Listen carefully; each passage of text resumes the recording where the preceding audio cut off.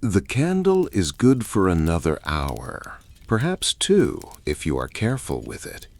You have learned in 3 years how to be careful with a candle. The schoolroom is at the back of the second floor at Thornleigh House, Hertfordshire, 12 miles north of London, October of 1879.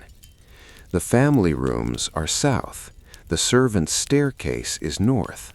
Between them, on the same landing, are 3 doors: the nursery, your bedroom, and the schoolroom itself. The schoolroom is not a room. It is a corridor between rooms. It smells at this hour of 2 things: beeswax, the kind Mrs. Hewitt has rubbed into the long oak table every Tuesday since you arrived, and likely for 15 years before that, and cold ink, the blue-black sort, in a stoppered bottle by the window, gone slightly thick with the October cold, the kind of cold that asks permission, very politely, to be inside you. It is just after 10. The clock on the mantel, wound every Wednesday morning, never failing, never asked, has chimed the half-hour. Downstairs, in the dining room, 2 floors below, the family is finishing. You will know this because Mrs. Pembry laughs once at something her husband has said, and the sound travels up the stairwell the way smoke does, thin, slow, arriving thinner than it began. You did not eat with them. You did not, an hour earlier, eat with the servants either. Your tray was brought up by Annie, the under-housemaid, who set it down on the corner of the long oak table and looked for half a second as if she might say something, and then did not. She is 15. You are 24. The distance between you in this house is measured not in years, but in pages, the books you can read, the books she cannot. You did not, this evening, eat alone because anyone wished you to be lonely. The family's table was above you.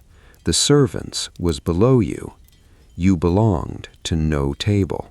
On the bedside chest in the small room next door, the one without a fireplace, the one you have not yet learned to call your own, there is a green cloth-bound volume, Tennyson, In Memoriam, the Moxon edition of 1872. Between pages 142 and 143, folded twice, is a letter you wrote in February of 1874 and never posted. You have not opened it in 5 years and 10 months. You also have not thrown it away. It is the kind of object whose existence is, by now, the only thing it is for. The wisteria branch that has tapped at the schoolroom window since September taps again. The north wind asks, very politely, to come in. The candle gutters. You trim it. You sit down at the long oak table that smells of beeswax. You open the lesson book for tomorrow. You are the governess. Hey everyone, tonight we're diving into the strangest, quietest job in the Victorian country house, and one of the loneliest lives ever invented by a society that prided itself on respectability. She was a lady. The house called her one. The pupils called her one. She was simply now paid to be one. And that small change of preposition from being a lady to being paid to be a lady was the whole quiet tragedy of her life. Tonight we are spending 2 hours in the schoolroom on the second floor with the woman the house was built to need and not quite to see. Before we begin, if you're enjoying this, a quick like helps a lot, and if you actually like what I do here, consider subscribing. No pressure, but it does mean the algorithm stops yelling at me. Drop a comment too. Where are you watching from and what time is it there? I love seeing who's up late with me around the world. Now, dim the lights, maybe open a window or turn on a fan for that soft background noise, and let's ease into tonight's story together. The dining room at Thornleigh House seats 14. You have counted, once, in the daylight, when Mrs. Hewitt was airing the room and the chairs were pulled out to be polished. 14 mahogany chairs around a single long table, with a smaller round one in the bay window for breakfast on a fine morning. The chairs are the color of strong tea. The damask on the seats is the color of a bruise that is mostly healed. The table, set for the family of an evening, holds 5 places. Mr. Pembury at the head, Mrs. Pembury at the foot, Constance, 14, to her father's right, Edward, 10, to his mother's right, Adelaide, 7, between her brother and her mother, on a small cushion that lifts her to the level of her plate. None of those 5 places is yours. None of them, in 3 years, has ever been yours. None of them ever will be. That sentence is the whole story of your profession in one neat parcel. You could stop the night here. You will not, because there is more to say, and you are, by training, a patient woman, but you could. You could close the lesson book on the schoolroom table and trim the candle and go to bed in the small room without a fireplace, and the story would be told. None of the 14 chairs is yours. 2 floors below, very faintly, you can hear a chair being drawn out from the table. That will be Mr. Pembury. He rises first. He always rises first. The fish was at 7:30, the entree at 8, the savory at 9:15. Mrs. Hewitt's kitchen runs on a clock that the rest of the house secretly sets itself by. After the savory, Mr. Pembury will have walked his wife to the drawing-room, kissed her temple, and gone to his study to look at a letter from his agent in London that he has been not looking at since Tuesday. Mrs. Pembury will, in a moment, ring for coffee. Constance, who is at last permitted to take a half-cup with the grown-ups, will join her. Edward and Adelaide, who are not, are already upstairs in the nursery, where Nurse will be reading to them from a book they have heard before, and prefer to a book they have not. You can hear, very faintly, Nurse's voice through the wall. You cannot hear the words. You do not need to. You set the lesson plan for that book 3 weeks ago. You have eaten. You did not eat with them. An hour ago, in the long vaulted servants' hall on the basement floor, a room with whitewashed walls and a deal table that runs almost the length of it, the understaff sat down to a hot supper. Cook at one end, Mr. Bevan, the butler, at the other, Mrs. Hewitt nearer cook, because the housekeeper and the cook are women of business and prefer the same end of any room. Then the upper housemaid, the under housemaids, the kitchen maid, the scullery maid, the laundry maid, the boot boy, the second footman, the first footman. 14 of them altogether, if you include cook and Mr. Bevan and Mrs. Hewitt, which a servants' hall does. They had mutton stew, bread, a great brown pot of tea, and the noise of 14 people who have known one another at least a year, and in some cases for 20. The boot boy, who is 9, was teased for losing his cap in the stable yard, and bore it cheerfully, because being teased is also a form of being known. You did not eat with them either. Your tray was brought up to the schoolroom by Annie, the under housemaid, 8:30. Potted beef, a slice of bread, a small dish of stewed apple, a pot of tea that had cooled on the stairs. She set it on the corner of the oak table and stood for half a second in that way she has, as if she might tell you what was being said downstairs or what cook had said about the fish, and then did not. She is not unkind. She is 15. She has been told by Mrs. Hewitt and by Mr. Bevan and by the laundry maid who likes to instruct that Miss Ainsworth is a lady and that one does not gossip with a lady and that a lady does not gossip with the under housemaids.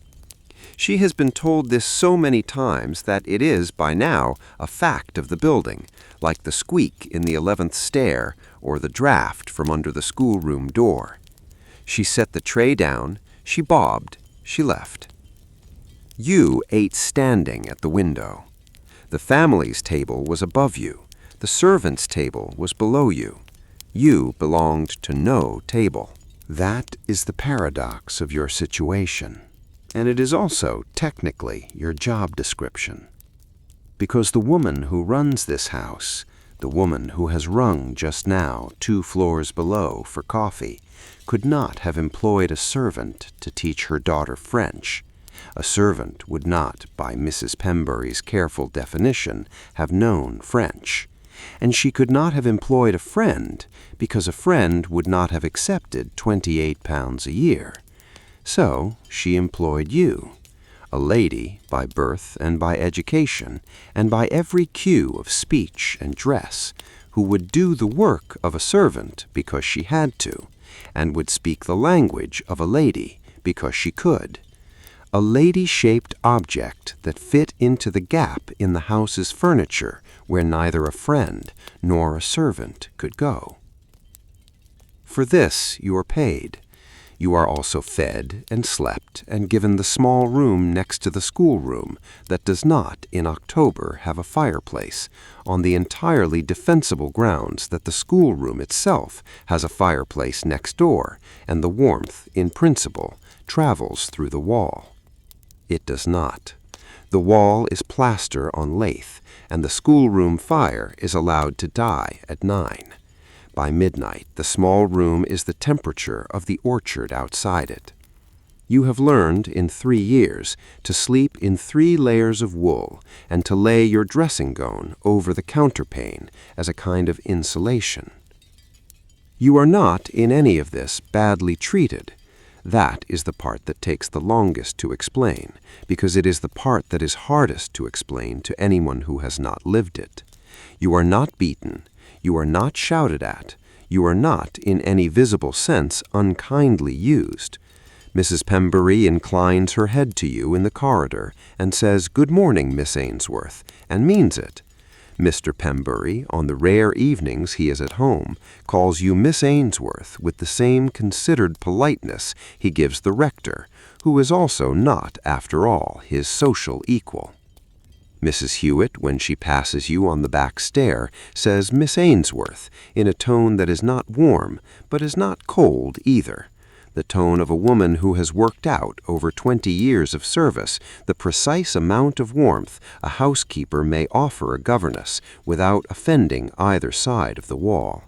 The under-servants do not speak to you unless spoken to. The upper servants, the cook and the butler and the lady's maid, do not, by their own quiet ruling, speak to you at all. You are treated, in short, as a lady. It is just that no one in the house considers you a lady of the house. You are a lady in it, a lodger of the species, a guest on permanent terms, paid for the courtesy of staying. If one were to read the advertisements for governesses in the Times of any October Thursday, and they run sometimes to a full column, one would see the paradox set out in print. Wanted, a lady of unexceptionable references and good family, to undertake the education of 3 young children in a country house in Hertfordshire. French and music indispensable. Drawing desirable. Salary £28. Apply Mrs. P., Box 14. It is, if one squints, the LinkedIn of 1879, except more honest about the expected misery. A lady, unexceptionable references, indispensable French, £28. £28 a year is a sum we will come back to in detail in another hour when we have the energy to consider it properly. For the moment, it is enough to say that the butler downstairs earns 60, the cook earns 45, the housekeeper earns 50, the first footman, who is 20 and possessed of unusually shapely calves, earns 32. The lady who teaches the master's children French and music and drawing and the rudiments of Latin earns 28, and is, by every measure that the house cares about, the most educated person below the level of Mr. and Mrs. Pembury themselves. The under-housemaid, Annie, 15, who brought your tray, earns 10. The two of you, then, are bracketed in the same economic sentence by the master of the house, who must produce each Lady Day the 28 pounds for you and the 10 pounds for her, and finds in the producing no great moral distinction between the two. That is also the paradox, and it is a finer-grained one than the table-shaped paradox, and it lives, like all such paradoxes, in the small print. You finish the stewed apple. The clock on the mantel, wound every Wednesday morning, never failing, never asked, chimes the 3 quarters. The wisteria branch taps the window. Somewhere 2 floors below, Mrs. Pembury's bell rings, once, brief, the small silver one she keeps on the drawing-room mantel, and the bell-board in the servants' passage answers her with a soft, tinny ping. Drawing-room, coffee.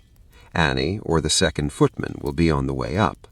The house at this hour is a body in which the nerves still fire. Yours does not. The bell-board has 14 bells. The schoolroom bell, small, brass, the one labeled schoolroom in faded sign painter's letters above its hook, rarely rings. You have, in 3 years, been rung for perhaps a dozen times, and only ever by Mrs. Pembury, who finds it a slightly embarrassing means of summoning someone she would rather, on principle, simply come to find. You are not, in the language of the house, staff to be rung. You are also not family to be sought. You are instead where one expects to find you, in the schoolroom, between meals, at the table that smells of beeswax. This is, by every standard the Victorian country house can produce, a perfectly respectable position for a clergyman's daughter whose father has died and left debts. 28 pounds a year is more than a milliner's apprentice earns. The food is regular. The roof does not leak. The mistress is kind in the particular shallow way kindness is allowed to travel between the floors of such a house. The children, on most days, are willing. The work in itself is not hard, easier in pure bodily terms than the scullery maid's work in the basement, who is up at 5:30 and on her knees with blacklead until 8. From today's view, this looks like quiet cruelty, the slow, polite erasure of a person who has done nothing wrong except outlive a father's solvency. From their view, it was a perfectly arranged respectability, the only honorable thing that could be done with a lady whose family had failed her. And that's what's so chilling. You close the lesson book. You set down the cup. The clock has not, in the last 10 minutes, asked anything of you that you have not, very quietly, given it. You take up the candle, and you go through the narrow door into the small room next door, where the green cloth volume of Tennyson waits on the bedside chest, and where, between pages 142 and 143, the letter folded twice has waited, by now, 5 years and 10 months. You do not open it. You do not, this evening, open it. You set the candle on the chest. You sit a moment on the edge of the bed in your 3 layers of wool, and you listen through the wall to Nurse closing the book in the nursery, and to Edward making the small protesting sound a child makes when a story ends and bedtime begins, and to Adelaide, who is 7 and tired, saying nothing at all. You belong, even at this hour, to no table. But the schoolroom is warm enough, and the wisteria taps, and the candle is good, you find, for perhaps another hour.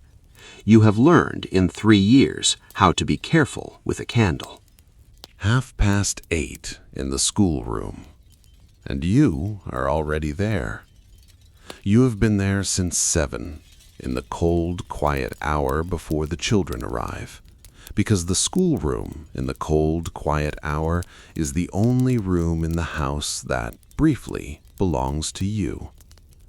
You have laid out the Mrs. Markham's History of England at Chapter 4, the Norman Conquest. You have laid out the slates. You have, on the small side table by the window, set the bowl of pressed leaves Adelaide brought up from the orchard on Saturday, in case she asks after them, which she will. You have written the day on the board in your small, precise hand. Tuesday, the 7th of October, 1879. The chalk dust hangs in the air a moment, then settles.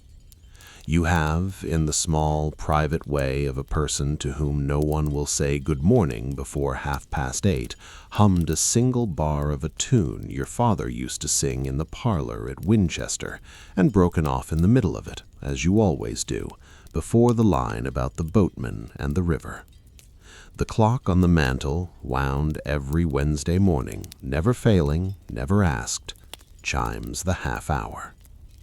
Constance arrives first. She is 14, almost 15, and she knocks. She did not, a year ago, knock. She waits, briefly, on the landing for you to say, "Good morning, Constance," and only then opens the door, and only then comes in. She wears a brown stuff dress with a high collar and a thin silver chain at her throat, a small silver locket from her godmother, which she puts on every morning and takes off every evening in the manner of a woman conducting a small private ritual she does not need to explain to herself. Her hair, until last March, was worn loose down her back. This March, on her 14th birthday, Mrs. Pembury had a long, quiet conversation with her in the morning room, and Constance now wears her hair pinned up, not in the elaborate way of her mother, but pinned, off her neck. She sets her copybook on the long oak table at the place she has chosen, the chair from which she can see both the door and the fire, and which permits her, when the morning sun is right, to keep her face half in shadow and her copybook half in light. You did not teach her to choose this seat. She has worked it out for herself, in the careful, attentive way she works most things out now. She says, "Good morning, Miss Ainsworth." You say, "Good morning, Constance." She opens the Mrs. Markham. She does not at once begin to read. She glances briefly at your left hand on the table, your bare left hand, the small silver thimble on the third finger, because you mend in the schoolroom on Friday afternoons, and you did not, this morning, take it off. And then her glance moves on. It is the smallest possible movement. You catch it because this autumn you have begun to catch it. She is 14.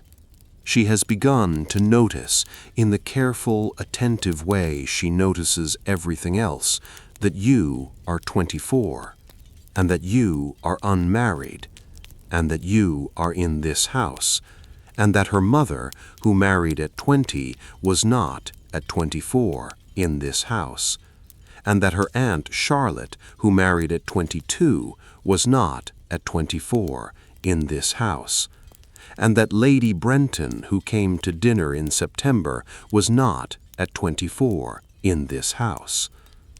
She has begun to notice that the women she has been told to model herself on are by now in their own houses with their own husbands, and that you, who have taught her French and music and the rudiments of Latin, are in the schoolroom on the second floor, at 24, with no husband at all. She has not this autumn asked you why. She is 14. She does not yet possess the words, but she has begun very quietly to look at your left hand in the moment before she opens her copybook, and to look away from it, and to begin the morning's reading. You correct the way she pronounces William. You do not look at your hand. You have by now 3 years of practice at not looking at your hand. Edward arrives second. He is 10. He does not knock. He has not, in any of the 3 years you have been in this house, knocked. He pushes the schoolroom door open with his shoulder because his hands are full of the wooden horse he has been told twice already not to bring upstairs. He says into the room generally, "Miss, where did you put my dratted compass?" The word, in his clear, unself-conscious 10-year-old voice, lands in the schoolroom the way a small stone lands in a still pond. Constance does not look up. She turns one page of the Mrs. Markham very deliberately and says, without raising her eyes, "Edward, Miss Ainsworth is in the room." He flushes. He is, in his core, a kind coy. He says, "I am sorry, miss. Where, please, did you put my compass?" You tell him. He fetches it from the small drawer under the writing slope. He sits down at the long oak table at his chosen place, which is opposite Constance, and he opens his copybook, and the moment passes. Constance does not raise her eyes. Edward does not raise his. You return with what you hope is composure to the chapter on the Normans. It is not in itself a large thing. He is 10.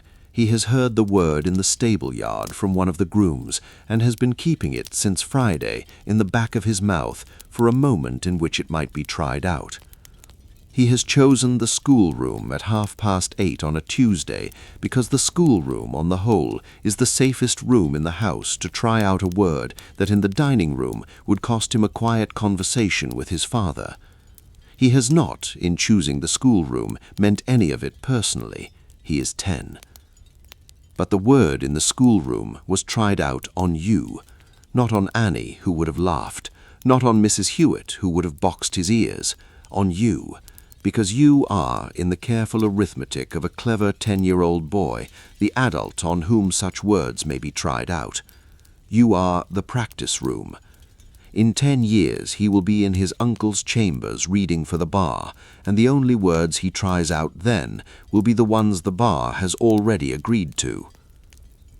Constance closes her book with one finger between the pages, slides her hand under the table, and from the pocket of her brown stuff dress produces a single pressed violet. She places it, without comment, between pages 47 and 48 of the Mrs. Markham, which is the chapter on King John, which is the chapter you will teach next Tuesday. She closes the book. She does not look at you. She picks up her copybook and continues in her small, precise hand with the day's date. You do not this morning ask her about the violet. You do not this morning look at it. You will, you suspect, look at it on Tuesday when you open the Mrs. Markham alone in the schoolroom after the children have gone down to luncheon.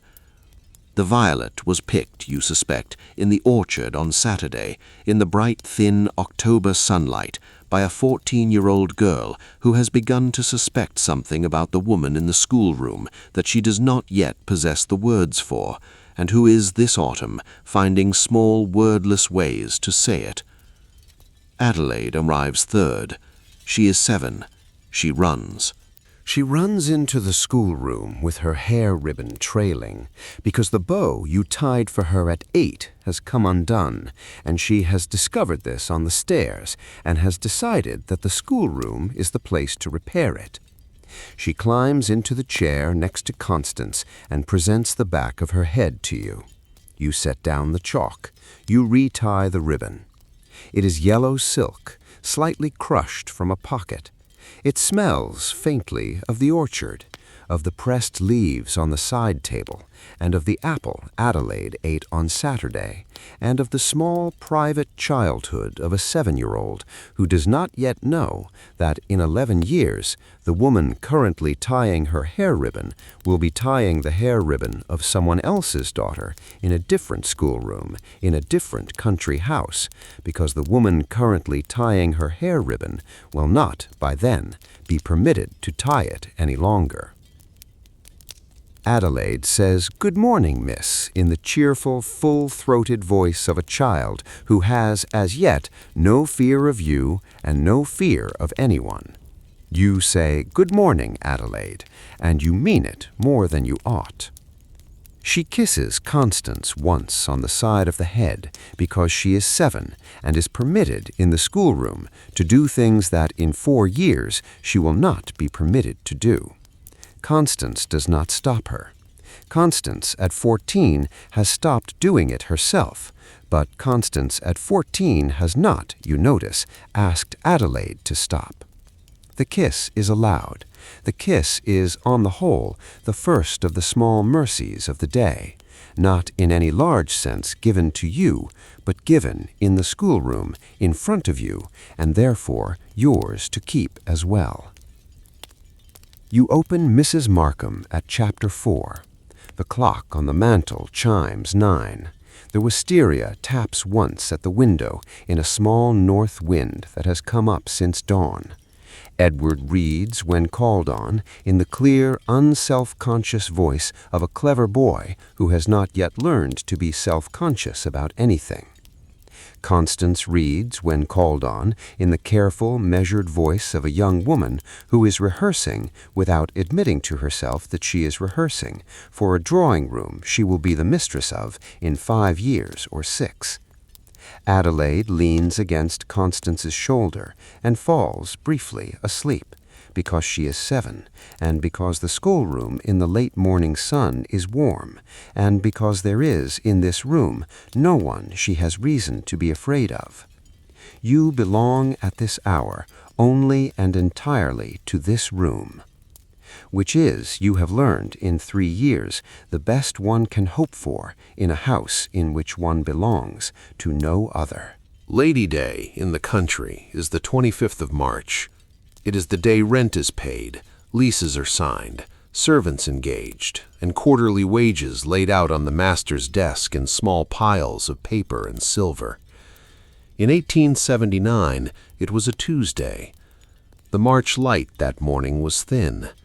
The gas lamp in Mr. Pembury's study was burning at 10:30 because the study faces north, and because the master of the house, who is in most things a careful man, does not believe in spending an extra penny on coal when a gas jet will do.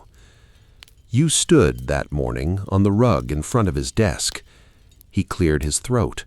He does, on these occasions, clear his throat. He produced from a small japanned box on the corner of the desk your quarter's wages, 5 sovereigns in a small canvas bag stamped Bank of England, 2 sovereigns loose, 1 half-sovereign, 3 half-crowns. He pushed the loose money with the side of his hand an inch towards you. He said, "Thank you, Miss Ainsworth." You said, "Thank you, sir." You took the money. You put it into the small leather purse you keep for this purpose, in the pocket of your dress. You bobbed, not a deep bob, but the small inclination of the head you have settled on over 3 years of these mornings, and you left. The corridor outside the study was, that morning, cold. You did not count the money in the corridor. You have, in 3 years, never counted the money in the corridor. You counted it later, upstairs, at the long oak table that smells of beeswax, with the door closed, and Annie not yet on the stair. £7, the small canvas bag, the loose sovereigns, the half-sovereign, the 3 half-crowns. You set them out in 2 rows on the table, the way your mother used to set out the housekeeping at the rectory in Winchester on a Monday. You looked at them for half a minute. Then you put them back into the purse, and the purse back into the pocket, and you opened the lesson book for the next morning. That was March. It is now October. The £7 of Lady Day have, by careful arithmetic, become rather less than 2.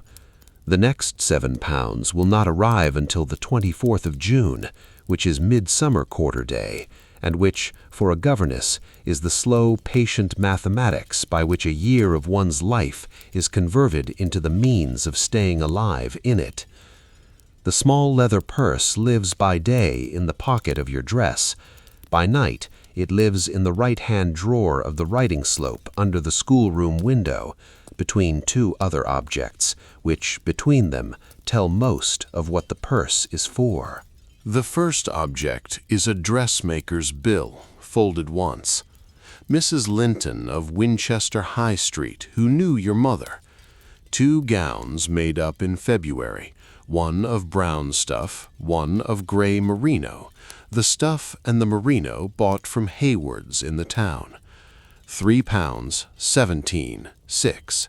Marked paid, in full, March, in Mrs. Linton's small, precise hand. She did not, in the letter that came with the bill, ask after you. She did, in a separate small line at the foot of the bill, write, "The bray merino will do you for 2 winters if you are careful at the elbows." You were not, last winter, careful at the elbows. You will, this winter, be careful at the elbows. The second object is a small bundle of postal receipts. They are stamped in violet ink by the postmistress at Little Thornleigh, a woman of 52 whose son is in the Navy and who knows by now the weight and the destination of every one of your envelopes. £4 to Winchester every quarter, to a widowed aunt who took your mother in after your father's funeral, and who has not, in 5 years, written to you about money. £2 to Portsmouth every quarter, to a younger brother in his 2nd year of articles to a solicitor, who has not, in 3 years, written to you about money. £6 a quarter. £24 a year, give or take a sovereign that arrives by miracle. The receipts are dated in pencil. The pencil has gone slightly bray with age. You keep them, although you do not, on most quarters, look at them. £7 in, £6 out, £11 across a year for the dressing of a lady.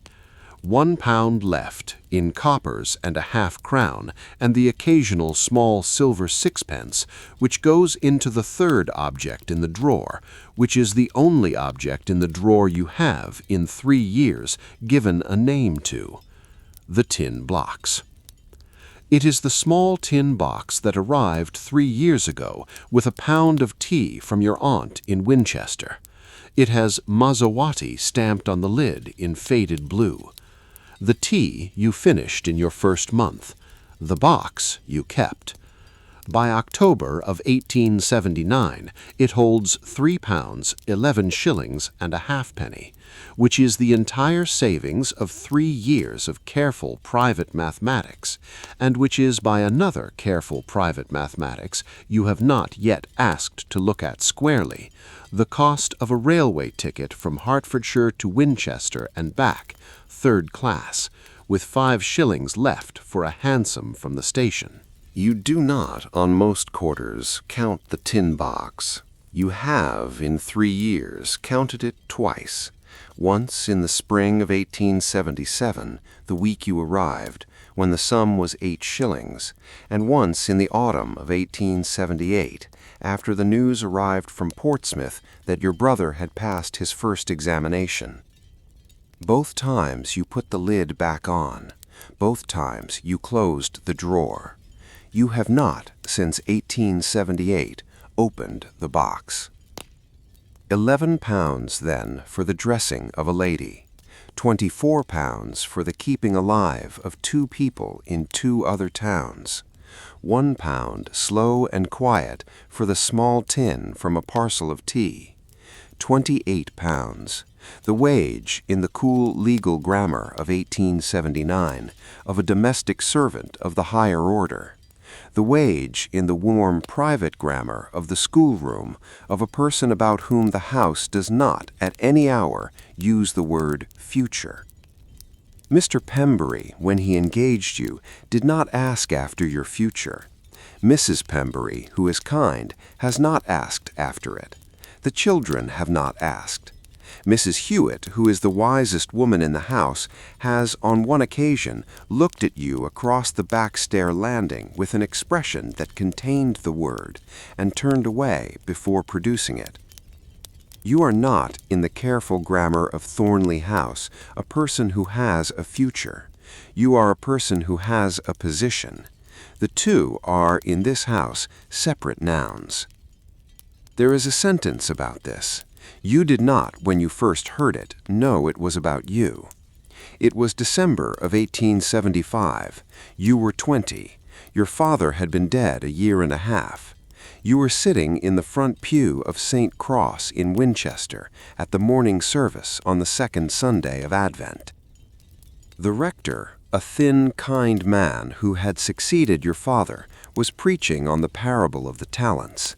Halfway through the sermon, in a voice that was, you remember, slightly self-conscious about the quotation, he read out a sentence he had found in the Quarterly Review, in an article published 27 years before.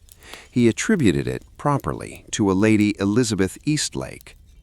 He said it slowly, twice. He did not, perhaps because he was a kind man, perhaps because his predecessor had been your father, look at you when he said it. The real definition of a governess in the English sense is a being who is our equal in birth, manners, and education, but our inferior in worldly wealth. You were not, in December of 1875, a governess. You were a clergyman's daughter whose father had been dead a year and a half, and whose mother was in the spare room of a widowed aunt's house, and whose younger brother was reading for the law on borrowed money. You were not yet, in any technical sense, the woman in the sentence. You became her by stages over the next 4 years, by the first situation in Surrey that did not suit, by the second situation here at Thornleigh that does, until the sentence the rector read out on the second Sunday of Advent in Winchester in 1875 became 4 years later the only sentence in the English language that had ever described your life with the precision a thimble describes a finger. You have, in 3 years at Thornleigh, never once said the sentence aloud. You have, on perhaps a dozen wet October afternoons, said it to yourself, in the schoolroom, in the small private way one prays under one's breath. Equal in birth, equal in manners, equal in education, inferior in worldly wealth. It is, in the strange double-edged way of all the great sentences, both the thing that diminishes you and the thing that 4 times a year on Quarter Day gives you the dignity to take the 7 sovereigns and put them in the purse, and not in the corridor count them. The wisteria taps the schoolroom window. The wind, very politely, asks once more to come in. The small brass bell labeled schoolroom in faded sign painter's letters does not, this afternoon, ring. It rarely does. The small leather purse in the pocket of your dress holds, by careful arithmetic, £1 14 and 4. The next £7 will not arrive for 23 days. You have, in 3 years, learned the small private patience of waiting for them. You close the lesson book. You take up the candle. You go through the narrow door into the small room without a fireplace, where the green cloth volume of Tennyson waits on the bedside chest, and the tin box waits under the bed, and the letter folded twice between pages 142 and 143 has by now waited 5 years and 10 months. You do not open the tin box. You do not open the Tennyson. You sit on the edge of the bed. You listen through the wall to nurse closing the book in the nursery. You belong, at this hour, to a sentence Lady Eastlake wrote in 1848, which is, on the whole, the only company a clergyman's daughter in October of 1879 can be reasonably sure of. The morning you came to Thornleigh House in the second week of October in 1876 was the kind of morning the English countryside specializes in producing for people who are leaving somewhere they have lived for 21 years. The sky was the color of the inside of an oyster shell. The fields along the Winchester to London line were soaked in the slow, undecided rain of an autumn that had not quite made up its mind to be winter. The smoke from the engine blew sideways across the carriage window. You sat in the third-class compartment, in the corner seat facing the engine, with your hands folded over the small reticule in your lap, and you watched Hampshire go past. There were 3 objects in the luggage van. The first was your father's trunk, black-painted tin with brass corners, his initials still on the lid in faded white paint, J.A. for John Ainsworth, who had been dead 2 years and 3 months by the morning of your departure. Your aunt, in the rush of a Tuesday, had not thought to paint over them. They went with you to Hertfordshire, and they are this evening in the small room without a fireplace, under the bed, where the lid faces the wall.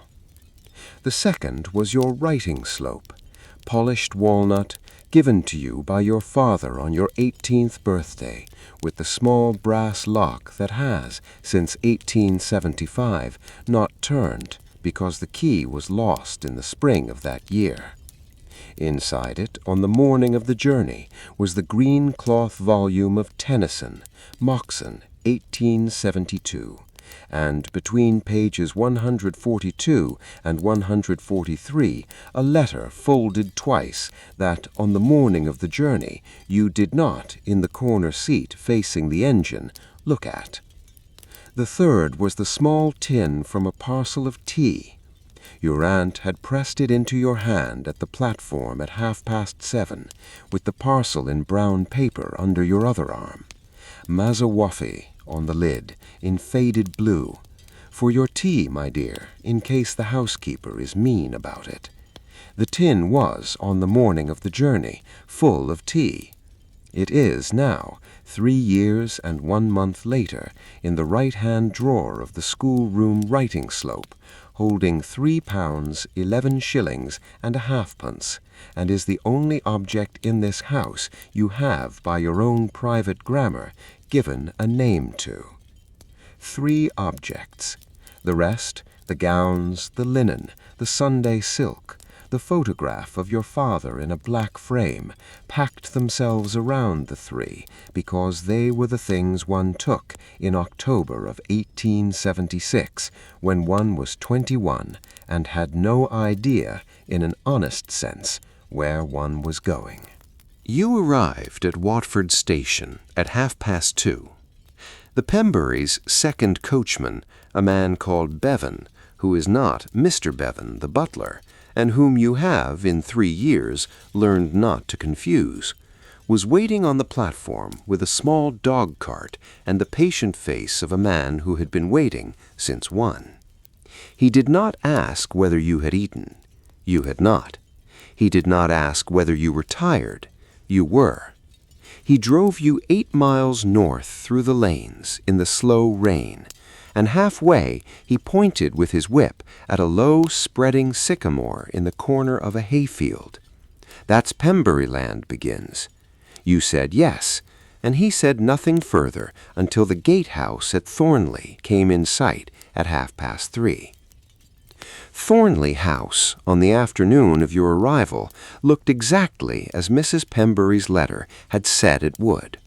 A long red brick Georgian front with 2 wings, set back from the drive behind a sweep of gravel, with a sycamore at the corner of the kitchen garden and a wisteria on the south wall that was, in October, mostly leaf. There were 3 steps to the front door. You did not, on the afternoon of your arrival, use them. The second coachman drove the dog-cart around to the back, to the servants' yard, where the boot-boy was waiting with a wheelbarrow for the trunk. Mrs. Hewitt, in a black dress and a clean white apron, was standing in the kitchen doorway. She looked at you for half a second longer than was strictly necessary. Then she said, "Miss Ainsworth, I expect. Come in. Mrs. Pembury will see you at 4. She showed you the back stair, 3 flights, the carpet good only on the first, and the schoolroom and the small room next to it, the one without a fireplace. She set your reticulum on the bedside chest. She said the boot boy will bring your trunk up directly. The supper bell rings at 8:30. Your supper will be brought up. She did not, on that first afternoon, smile. She did not, on that first afternoon, frown. She inclined her head a fraction. Mrs. Pembury at 4. The morning room is the first door at the left at the foot of the family staircase.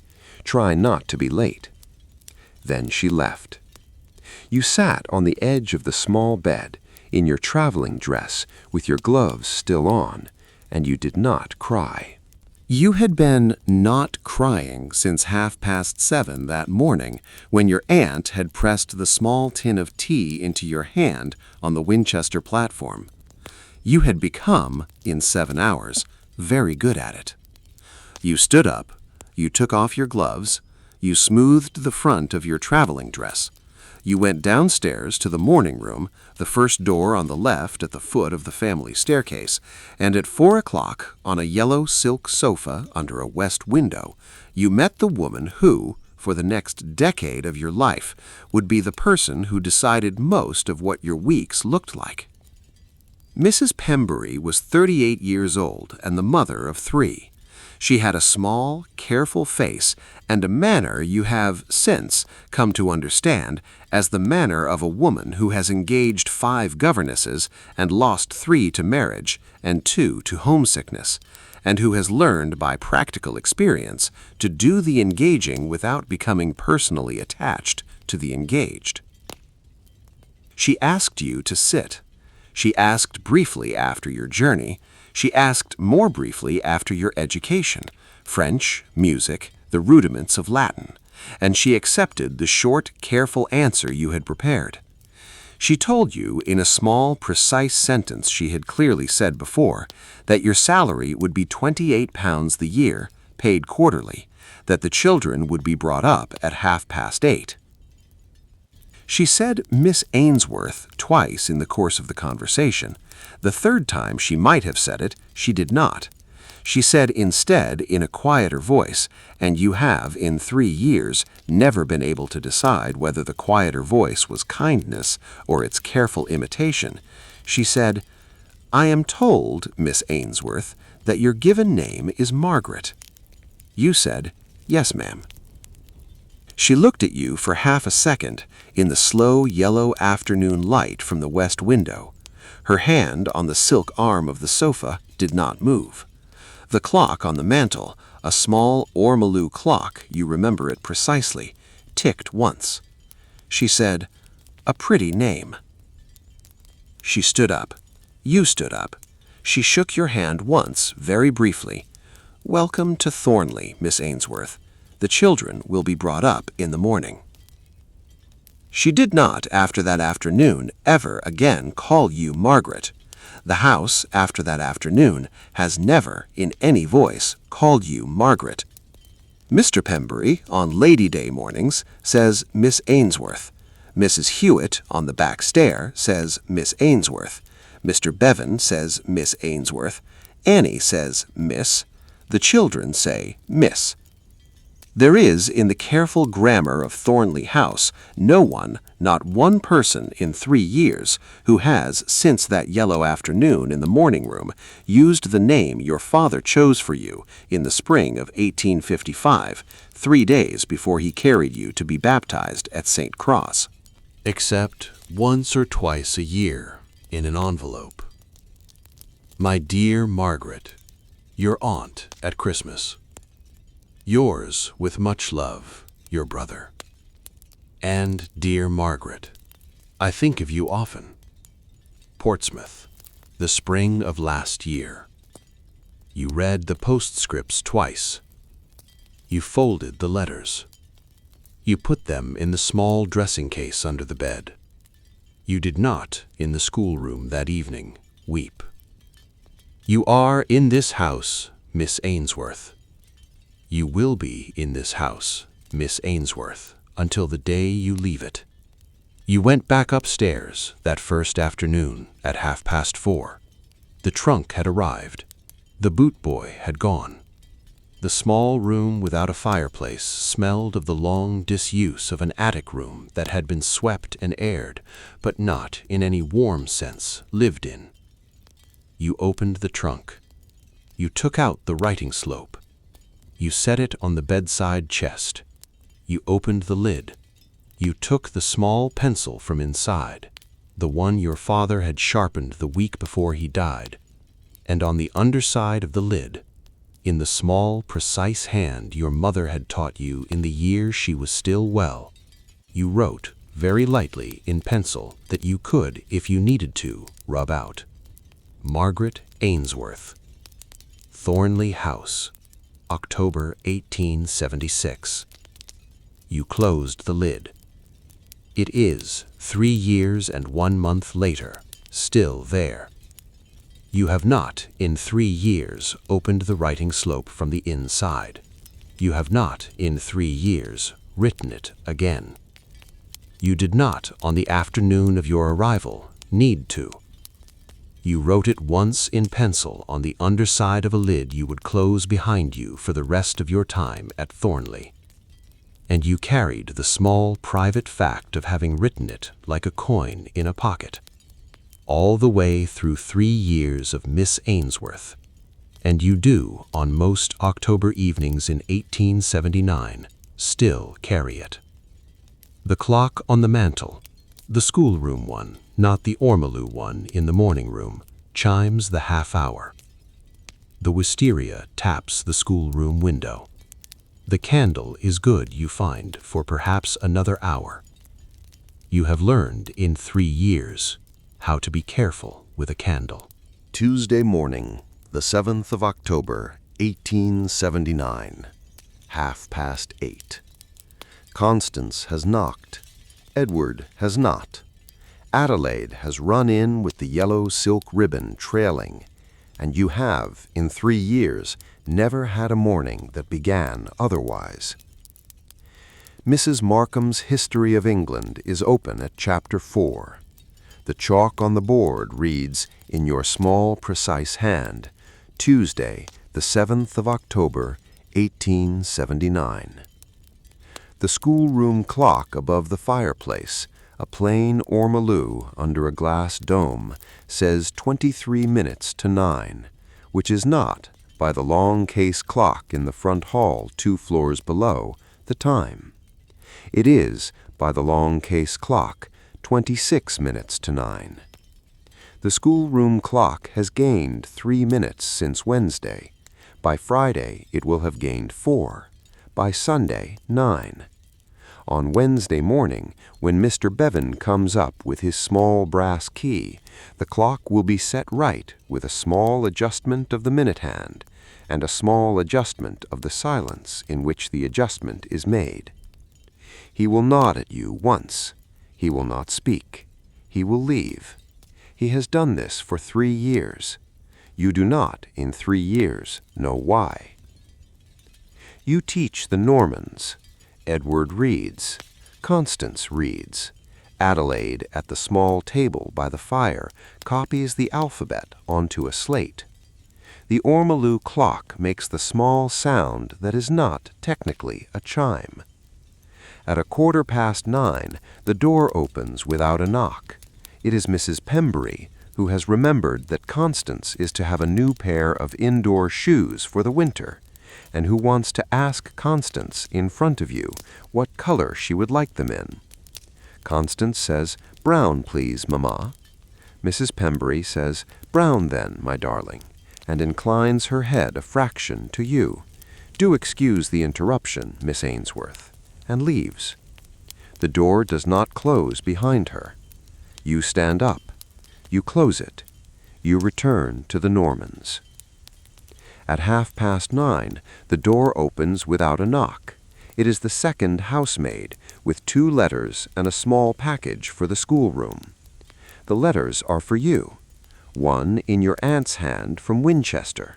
One in your brother's hand from Portsmouth. The package, in brown paper tied with string, is from a stationer in Watford. 6 pencils ordered last month, paid for out of the small leather purse. The housemaid sets the lot on the corner of the long oak table, bobs, and leaves.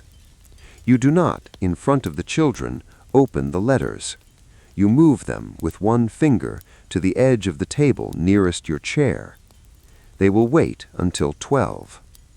The aunt's envelope is the thicker of the two.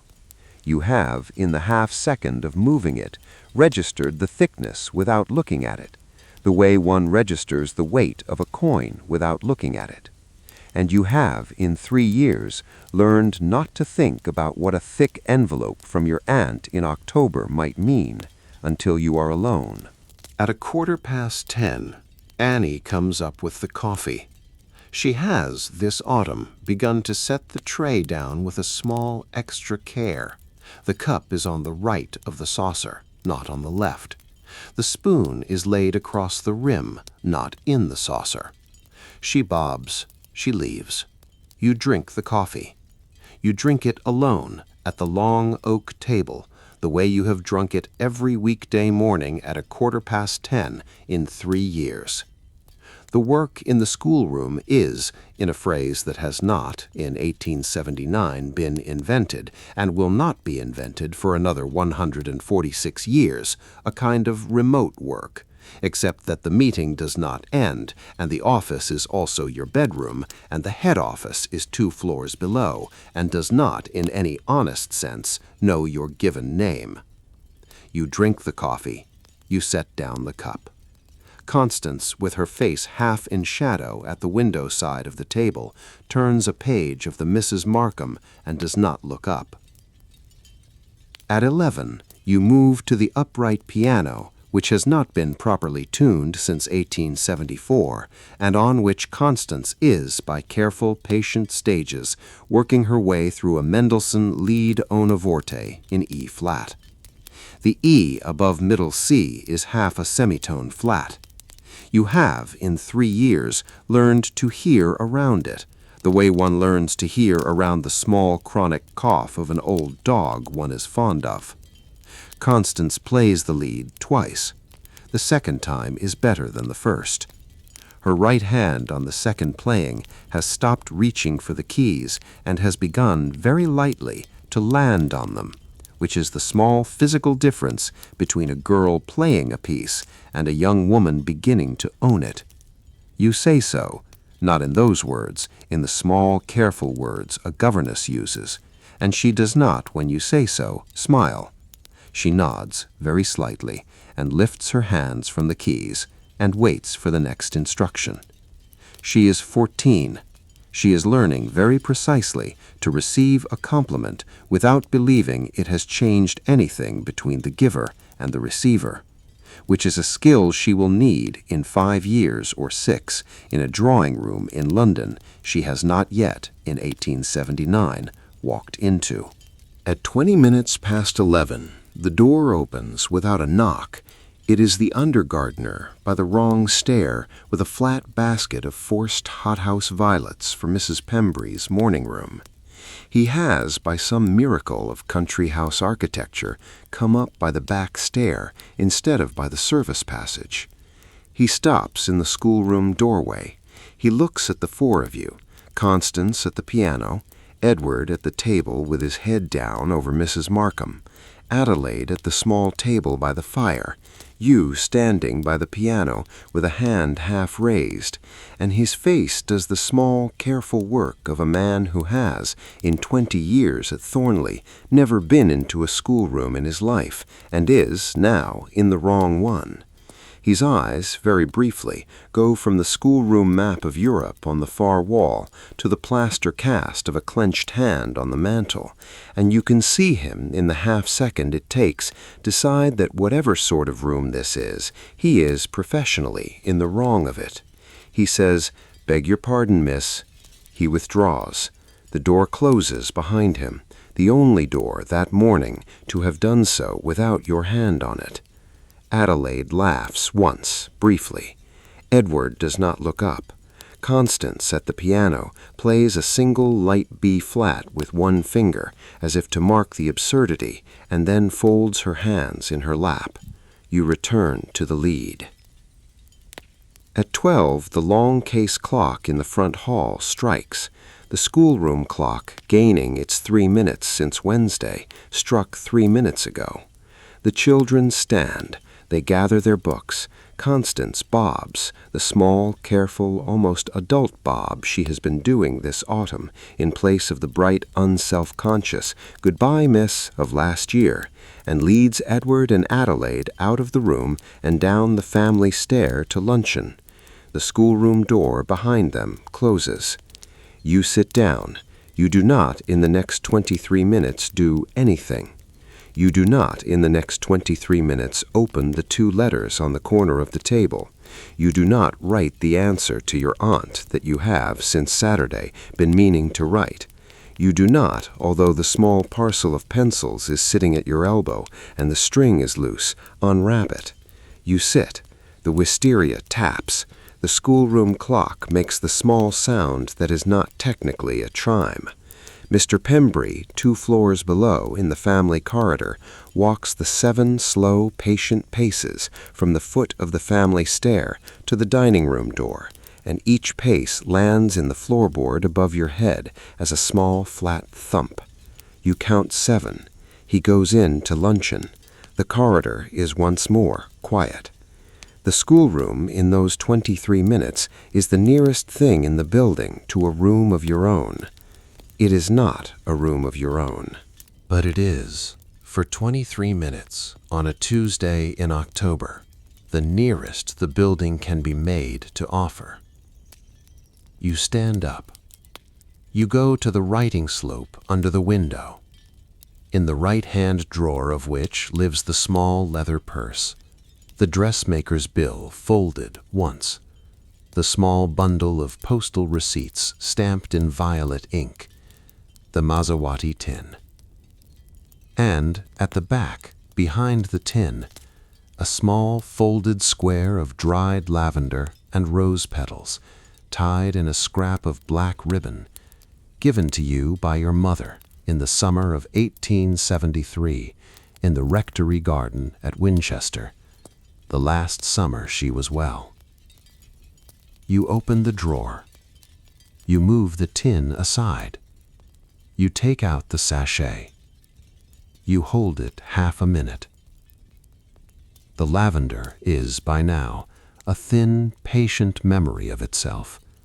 The rose is fainter. The black ribbon has gone the color of dried tea. The garden in which the petals were picked, the small walled square at the back of the rectory, with the espaliered pear against the south wall, and the cat from the curate's house that came over the wall in the evenings, is on the corner of your palm this morning, available to you in the small chemical way a scent will, against all odds, hold for 6 years if it is kept in a drawer with a closed lid and is not more than twice a year taken out. You smell very briefly the lavender under which your mother sat that July, in her thinner summer dress, with the small straw basket in her lap, and the curate's cat against her ankle, and the small, sharp green smell of the lavender she was, very deliberately, snipping into the basket, because she had, in May, begun to suspect that she would not, by the next summer, be well enough to snip lavender again. You hold it half a minute. You put it back. You move the tin in front of it. You close the drawer. The schoolroom is not a room. It is a corridor between rooms.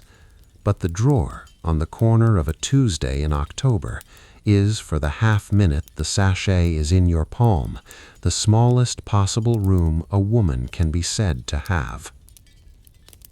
You sit at the long oak table. The children come back from luncheon at 12:15. The afternoon block begins. The schoolroom clock, 3 minutes fast, ticks on. The wisteria taps the schoolroom window. You take up the chalk. The candle, you find, when the afternoon ends and the children go down to nursery tea, will be good for perhaps another hour. You have learned in 3 years how to be careful with a candle. You are 18, and the summer is the last summer your mother is well. The rectory at Winchester is a long, low house of gray stone on the lane that runs from St. Cross down towards the meadows, with a slate roof and a green-painted door and a small walled garden behind it. Your father has been the rector for 15 years. The smell of his study, pipe tobacco, India ink, the warm, dry leather bindings, and, since 1871, a thin medicinal undertone of camphor is the smell, in the small chemical way smells work, that the word home makes in your mind for the rest of your life. It is July of 1873. It is hot. The espaliered pear against the south wall is in fruit.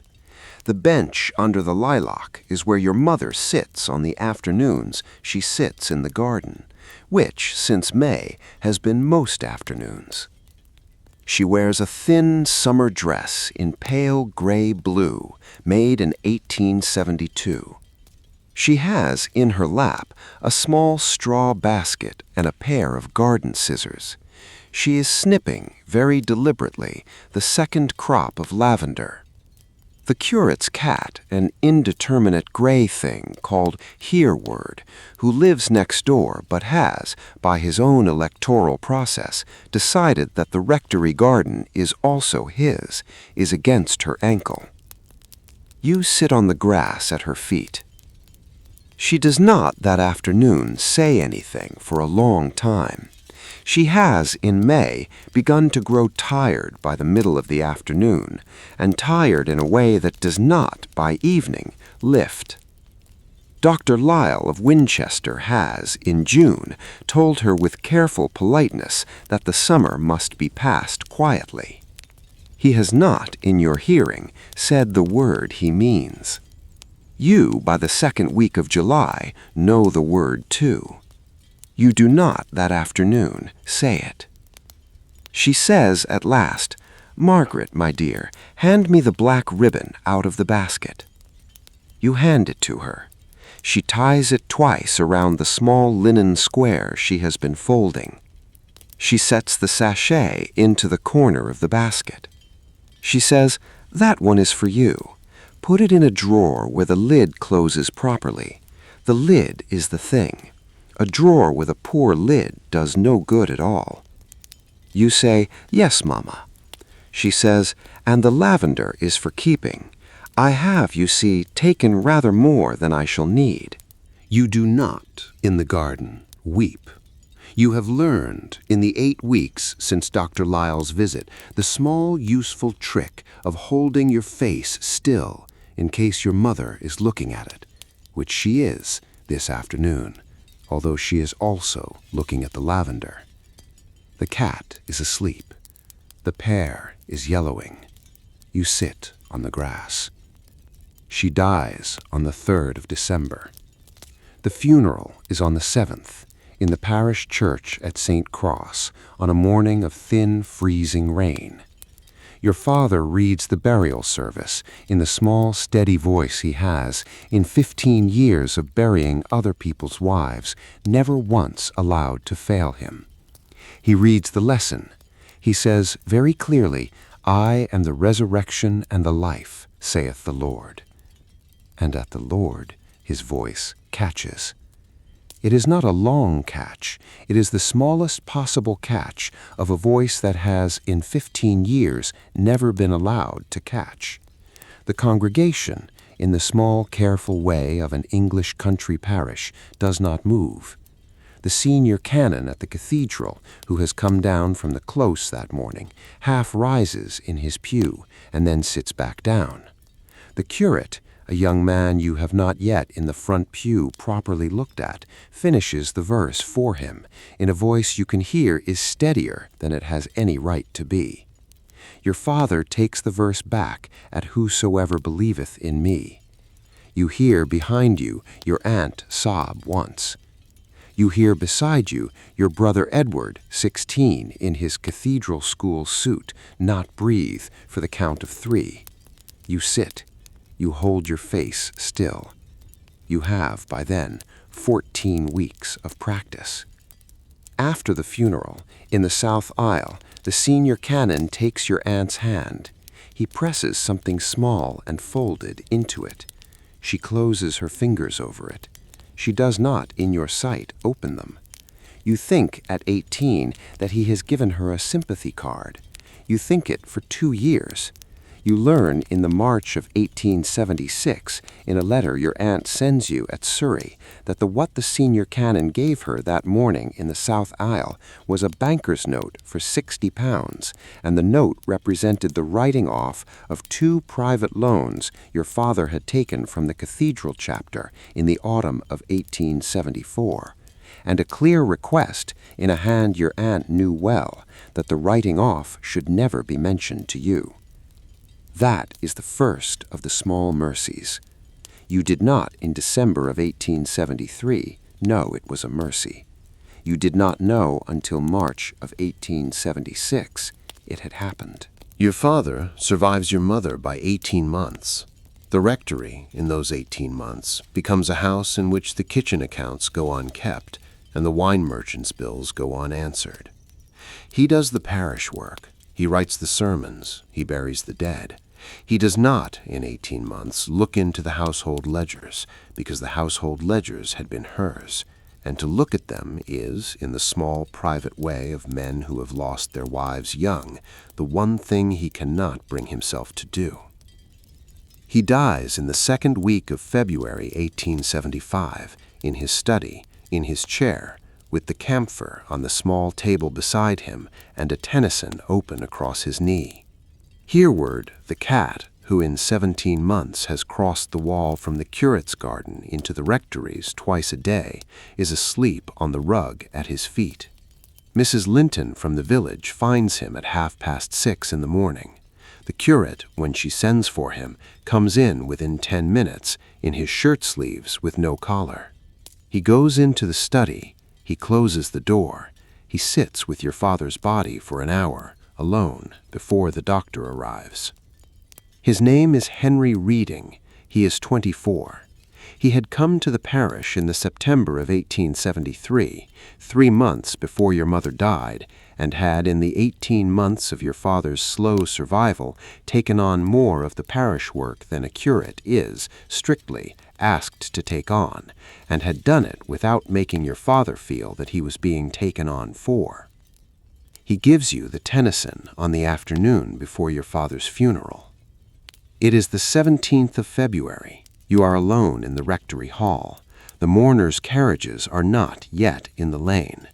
You have put on the black dress, the one that has been waiting since December of 1873 in a drawer upstairs, and you are standing at the hall table with your hands flat on the wood, because if you do not put your hands flat on the wood, they will, in the next minute, begin to shake.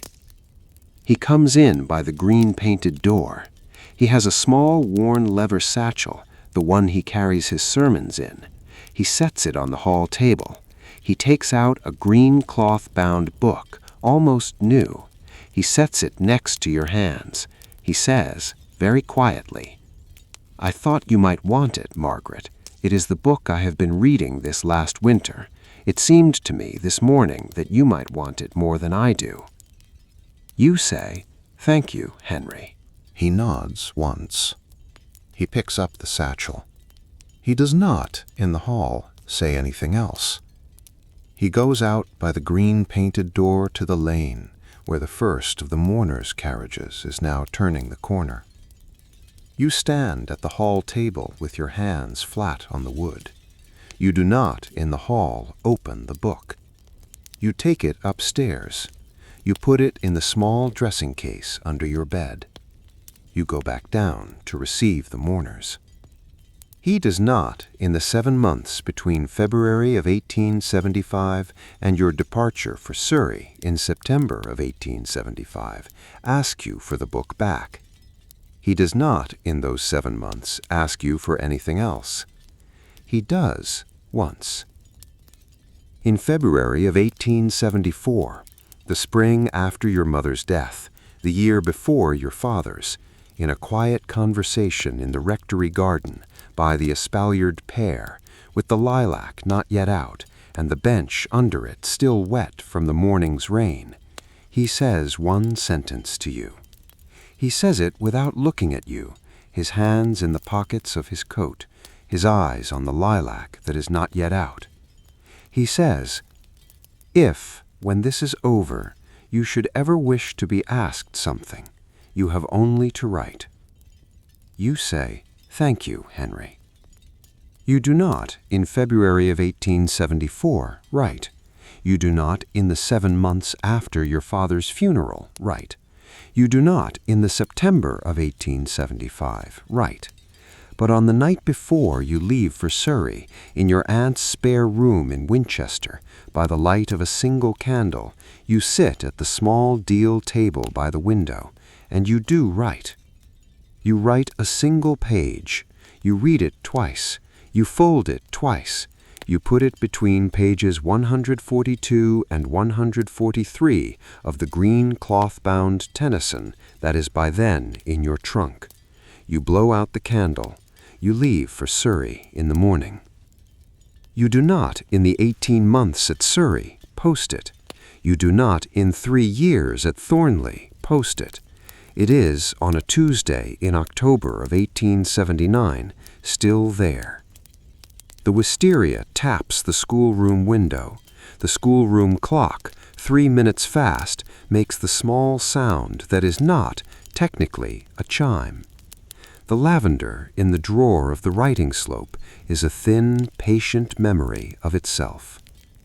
The lid, your mother said, in the July of 1873, with Hereward the cat against her ankle and the espaliered pear yellowing on the south wall, is the thing. You have learned in 6 years that she was right. The back stair at Thornleigh House on a Tuesday afternoon in October of 1879 runs from the second-floor landing outside the schoolroom down through 3 flights of plain pine treads with a strip of drugget on the upper 2 and a worn linen runner on the lowest, and ends at the green baize door that opens into the kitchen passage. The baize, by 1879, is a slightly darker green than it was when Mrs. Pembury chose it in 1864, and is marked along its lower edge by the small dark fingerprints of 70,000 kitchen-made pushes in a hurry. You go through it at 20 minutes past 4 because Annie has not, this afternoon, brought up the schoolroom tea at 4, and because the children have gone down to nursery tea, and because, after 3 years of these small irregularities, you have learned that it is, on the whole, simpler to fetch the tea yourself than to wait for it. The green baize door swings shut behind you with the soft, heavy sound a green baize door is designed to make. The bell board is on the wall to the right of the door, at the foot of the back stair. 14 brass bells in 2 rows of 7, with a small painted plate beneath each. Front door, drawing room, library, master's study, morning room, day nursery, schoolroom. The plates have, in 50 years, gone a shade darker than the cream they were painted on. The brass has, in 50 years, gone a shade darker than the brass it was cast in. You stand a moment in front of it. You look at one bell. Schoolroom, bottom row, 5th from the left. The brass strike arm sits at the angle it was last set in by some carpenter in the spring of the year the house was built. The cream paint behind the bell is, after 50 years, still the cream the painter left it. The bell has not, in 3 years, been rung from the schoolroom. You know this in the obvious way. You have not rung it. You also know it in this second, quieter way, that you have this afternoon time enough at the foot of the back stair to read the cream paint behind your own bell, and that what it tells you is something Mrs. Hewitt at the dresser 15 feet behind you, with her back to you and her pen on the still-room book, has in 3 years known about you without needing to read anything. Front door rings while you stand there in a short, bright double jangle. Cook at the kitchen range says without looking up, "Annie, the post." The strike arm of the front door bell on the board in front of you snaps to its raised position and falls back twice.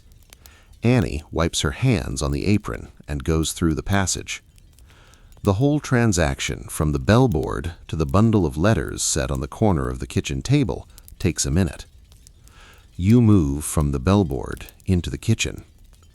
The kitchen, on a Tuesday afternoon at 22 minutes past 4, is the kitchen.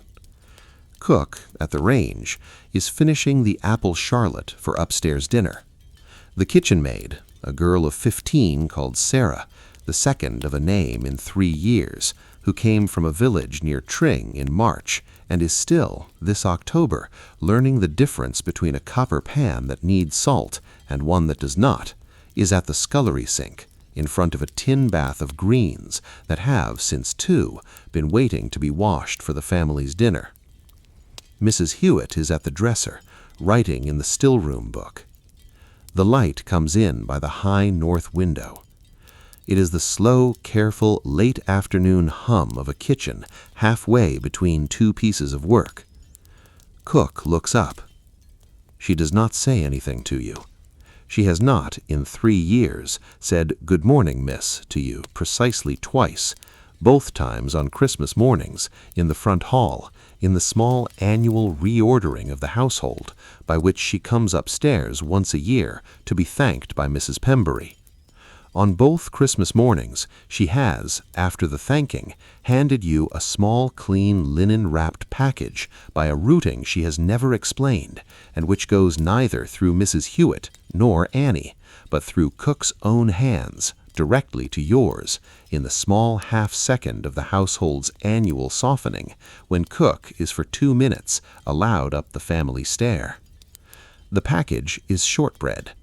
It is the proper Scotch shortbread Cook learned to make in her first situation in Edinburgh in 1856, the one she does not make for the family, because she has said once in your hearing, at a kitchen window, to Annie, not to you, the family don't, on the whole, know what proper shortbread is, and there's no use giving good biscuit to a palate that wouldn't, in a blind tasting, tell it from a Bath Oliver. The package is for you. You have, in 3 years, eaten the shortbread slowly, in the schoolroom, on the 3 Christmas evenings when the children have been downstairs, and the small room without a fireplace was briefly your own. She is 44. She has been at Thornleigh for 19 years. She looks at you this afternoon for the count of 1, with the small, impassive interest with which a kitchen looks at a person who has come into it by a stair the kitchen does not, in any working sense, consider hers. Then she returns to the charlotte. The wooden spoon in her hand does not break its slow, patient circle. Mrs. Hewitt at the dresser does not look up. She says, "Annie, when you take up the schoolroom tray, there is a small portion of the apple charlotte on the shelf above the range, set aside." Annie says, "Yes, Mrs. Hewitt." That is all Mrs. Hewitt says this afternoon in the kitchen about the schoolroom tea. The "set aside," 2 plain words said into the still-room book with no inflection, is, in the careful grammar of an English country house kitchen at 4:20 on a Tuesday in October, the largest and most precise instruction she can, without commentary, give. Sarah at the scullery sink does not look up. Annie does not look up. Cook does not look up.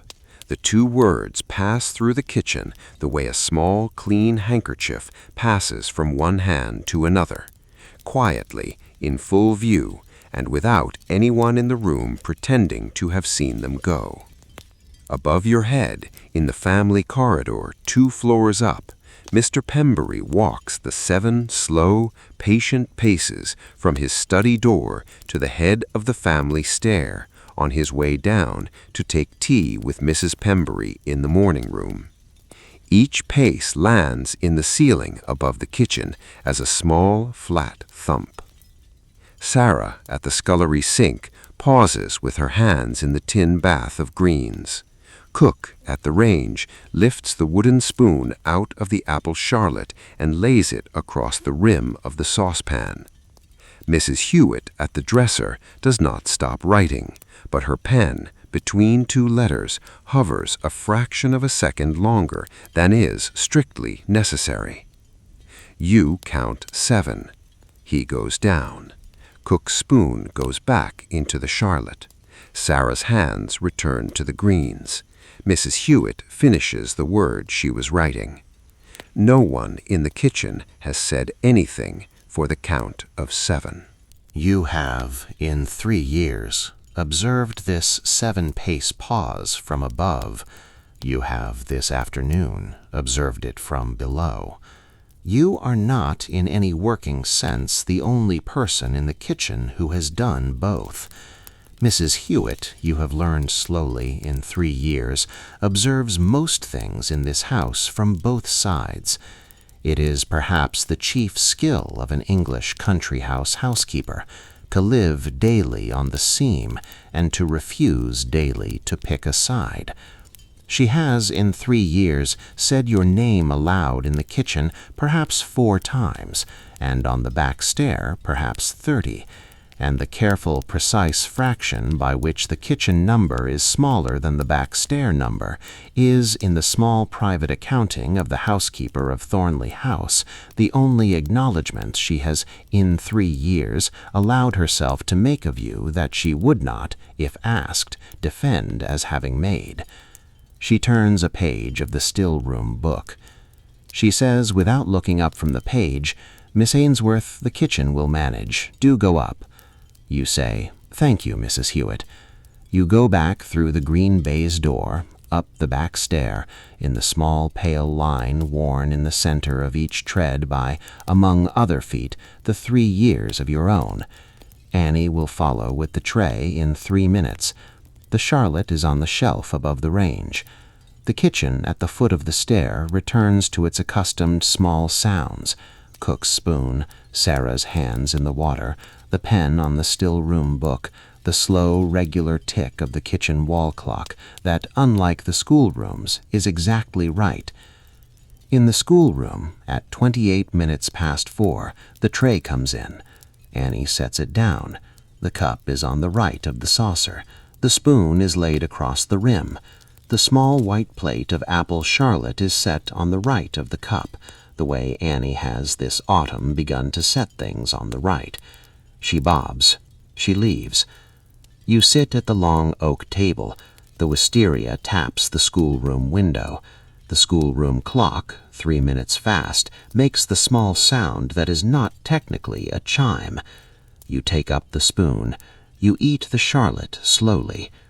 You eat it slowly because you have, in 3 years, learned to eat the small kindnesses of this house at the pace at which the house can, on the whole, afford to give them. The candle is good, you find, for perhaps another hour. The candle, at 20 minutes past 11 on a Tuesday night in 1879, has been good, you find, for perhaps another hour.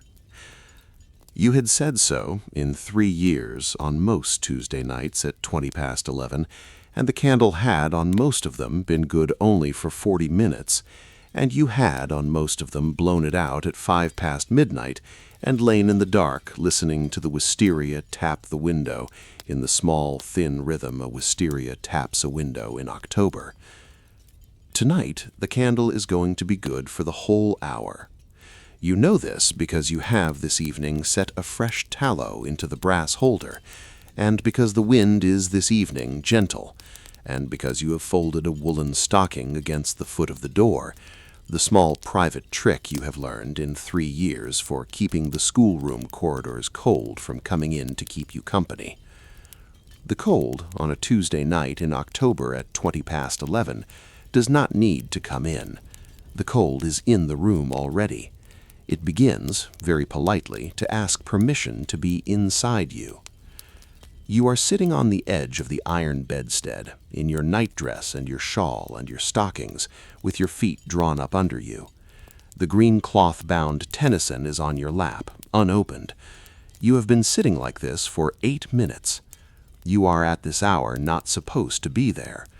You are supposed at this hour to be asleep. You have been on 1,095 Tuesday nights at 11:20, asleep. Tonight you are sitting up. The candle is good. The wisteria taps. The schoolroom clock, 3 minutes fast, has not, in the corridor outside, yet struck the half. You have, in 3 years, sat up like this perhaps 12 times. On each of the 12 nights, you had opened it at pages 142 and 143. Tonight, you are going to. You do not, in the 8 minutes of sitting still, quite know why. You only know that the apple charlotte at 28 minutes past 4 was set on the right of the cup, the way Annie has begun to set things on the right, and that the set aside of Mrs. Hewitt's voice into the green book, half overheard through the green baize door, was the plainest sentence you have heard a person say about you in 3 years, and that Mr. Pembury's 7 paces overhead in the family corridor at 6, on his way to dinner, had landed in the schoolroom ceiling exactly as they had landed in the kitchen ceiling, and that you had, this evening, by the schoolroom fire, between 9:30 and 10:30, in the small, unaccountable way these things happen, decided. You open the Tennyson.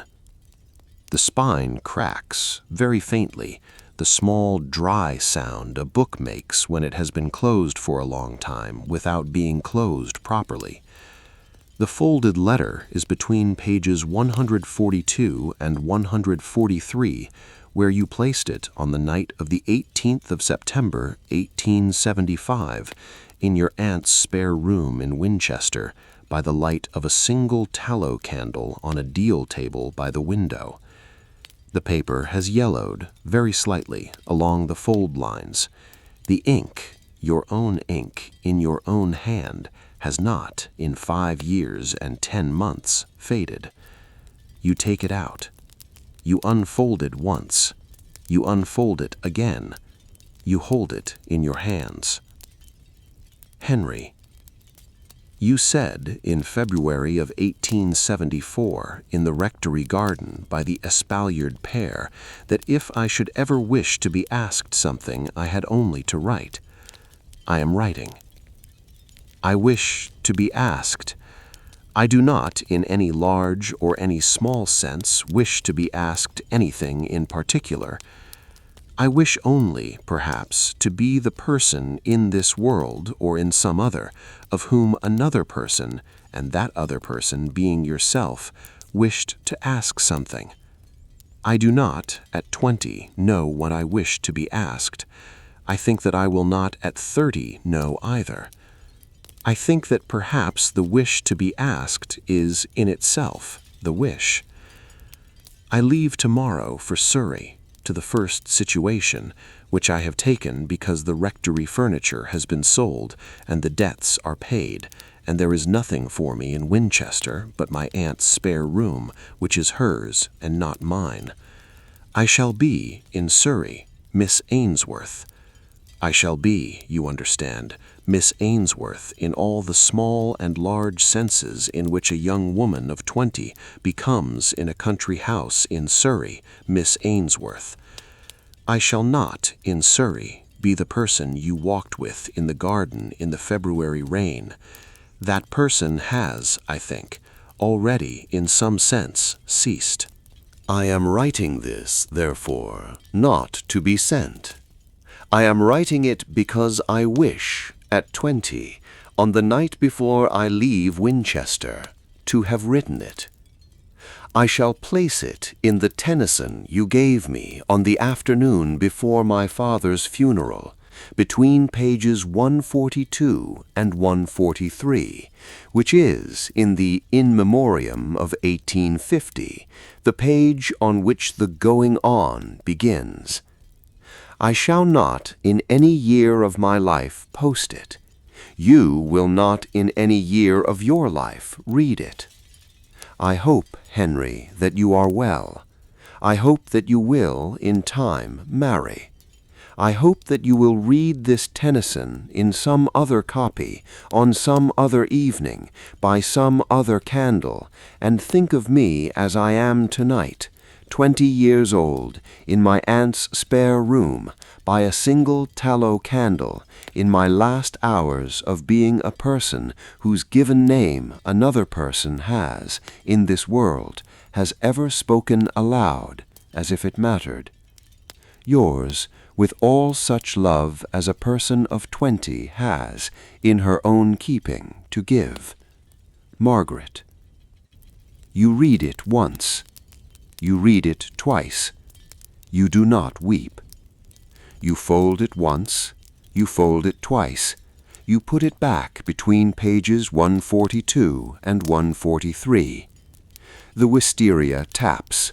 The schoolroom clock, 3 minutes fast, strikes the half in the corridor outside. She has been, in 5 years and 10 months, ceasing at the rate of approximately a quarter-inch per week. From today's view, this looks like the slow killing of a woman. From hers in October of 1876, when she came up the back stair at Thornleigh in her traveling dress, with her gloves still on, it was the only thing a clergyman's daughter of 21, with no money, with debts, and with a younger brother to be helped through Portsmouth, could honestly do. It was respectable work. It was paid. It was indoor and warm, and the children were not, on the whole, unkind. It was the thing one did, and that's what's so chilling. You sit for a long moment on the edge of the iron bedstead with the closed Tennyson on your lap. You do not weep. The cold, very politely, asks permission to be a little further inside you. You grant it. You have, in 3 years, grown a small interior tolerance for the cold's permissions. You close the Tennyson properly, this time, with the small, clear sound a book makes when it is closed by a person who has, that evening, read what she came to read. You set it on the bedside chest. You put your hand for half a minute flat on the green cloth of the cover. You leave it there. You take it away. You stand up. You go to the writing slope on the chest of drawers. You open the right-hand drawer. You move the Maserati tin aside. You take out the small folded square of dried lavender and rose petals in a scrap of black ribbon. You carry it back to the bedstead. You hold it half a minute in your palm. The lavender is, by now, a thin, patient memory of itself. The rose is fainter. The black ribbon is the color of dried tea. You smell, very briefly, the lilac under which your mother sat in July of 1873, and the small, sharp green of the lavender she was, very deliberately, snipping into the small straw basket in her lap. You put the sachet on the bedside chest beside the Tennyson. You lie down. You blow out the candle. You lie in the dark with the sachet and the Tennyson on the chest beside your head. The two objects you have in this house, in any private sense, have ever called yours, are touching on the bedside chest for the first time in 3 years. You did not, this evening, post the letter. You will not, in any year of your life, post it. The letter is on a Tuesday night in October of 1879, where it has been for 5 years and 10 months, folded twice between pages 142 and 143 of a green cloth-bound Moxon Tennyson, in the small private grammar by which a woman keeps the letter she did not, at 20, send. But you have tonight read it. In 5 years and 10 months you have read it. The wisteria taps the window. The schoolroom clock, 3 minutes fast in the corridor outside, ticks on. The cold continues with its small, thin politeness to ask permission. You grant it. You are by now very good at being asked. You sleep. The Wednesday letter from your aunt comes up with the schoolroom coffee at 10:15 on the 8th of October, 1879. You had, the afternoon before, registered the thickness of her envelope and not opened it. You open it now at the window where the autumn light is best for reading. It runs to 3 pages in your aunt's small upright hand. You read it standing. The senior canon at the cathedral, the canon who had read the second lesson at your father's funeral in February of 1875, has this past fortnight become bedridden. He will not see the new year. He has, in his last days, asked your aunt to come and tell you something he had asked her in 1875 not to tell you. He had said in 1875 that the right time might be when you were 25, or when you married, or when you came back to Winchester. He has, at 73, in his bed, decided that the right time is simply the time before he died. He had given your aunt, on the morning of your father's funeral, a banker's note for £60. The note had covered the writing off of 2 private loans your father had taken from the cathedral chapter in the autumn of 1874, and a small additional sum for the costs of the funeral itself. He had asked your aunt not to tell you because, and you read this sentence twice at the schoolroom window in the small gray autumn light, a girl of 18 who has just buried her father should not, in her first hour of grief, be made to understand that she has, in the same hour, been the subject of a charity. You stand at the window. The wisteria taps the window. Edward, at the long oak table, asks Constance to pass him the small inkstand, and Constance, without looking up from her Mrs. Markham, slides it 3 inches to her left. You fold the letter once. You fold it twice. You put it in the pocket of your apron. You sit down. You drink the coffee. You teach the early tutors. At 20 minutes past 11, the door opens without a knock.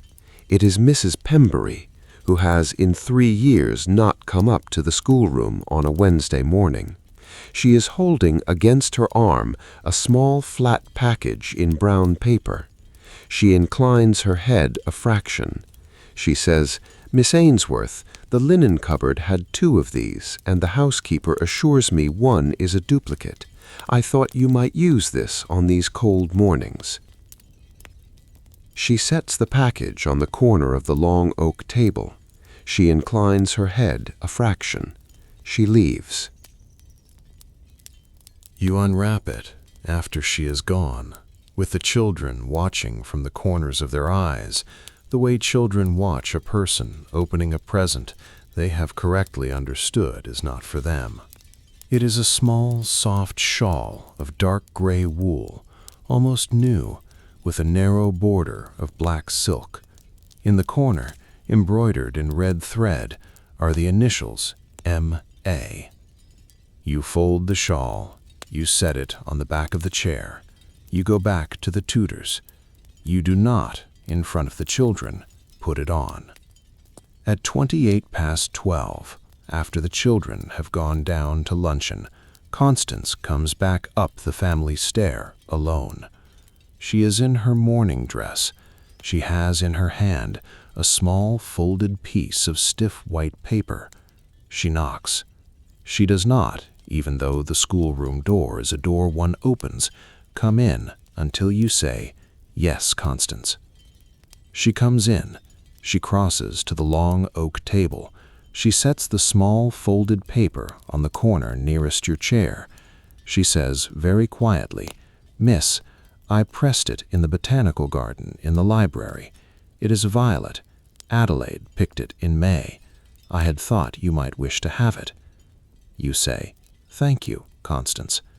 She bobs, the small, careful, almost adult bob she has been doing this autumn, and she leaves the schoolroom, and the door closes behind her with the small, specific care of a 14-year-old who is learning that doors are, in fact, things one closes.